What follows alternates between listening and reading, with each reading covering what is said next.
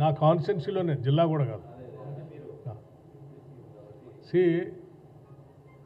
చాలా దురదృష్టకరం.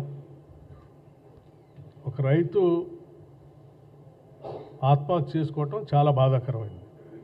రైతే కాదు, అసలు ఏ మనిషి కూడా పుట్టింది బతకటానికి, చావటానికి కాదు.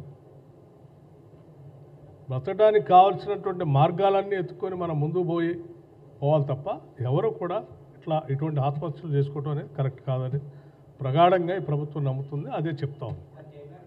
సరే, ఎవరు ప్రోత్సహించారు, ఎందుకు జరిగింది, ఎవరున్నారు దీని వెనుక అనేది చాలా స్పష్టంగా లోతుగా స్టడీ చేసి రిపోర్ట్ సబ్మిట్ చేయటమే కాదు, అలా ఎటువంటి ఎవరైనా ఉంటే కఠినంగా చట్ట ప్రకారం కఠినంగా చర్యలు తీసుకోవాలని కూడా ఎప్పటికే ప్రభుత్వ పరంగా ఆదేశాలు ఇచ్చాం. ఎవరున్నా ఎవరిని ఉపేక్షించేది లేదు, వదిలిపెట్టేది కూడా లేదు. నా కాన్స్టిట్యున్సీలోనే, జిల్లా కూడా కాదు. చాలా దురదృష్టకరం. ఒక రైతు ఆత్మహత్య చేసుకోవటం చాలా బాధాకరమైంది.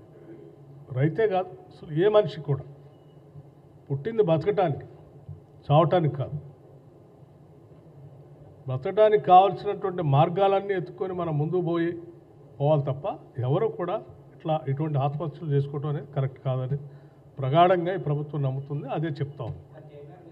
సరే, ఎవరు ప్రోత్సహించారు, ఎందుకు జరిగింది, ఎవరున్నారు దీని వెనుక అనేది చాలా స్పష్టంగా లోతుగా స్టడీ చేసి రిపోర్ట్ సబ్మిట్ చేయటమే కాదు, అలా ఎటువంటి ఎవరైనా ఉంటే కఠినంగా చట్ట ప్రకారం కఠినంగా చర్యలు తీసుకోవాలని కూడా ఎప్పటికే ప్రభుత్వ పరంగా ఆదేశాలు ఇచ్చాం. ఎవరున్నా ఎవరిని ఉపేక్షించేది లేదు, వదిలిపెట్టేది కూడా లేదు.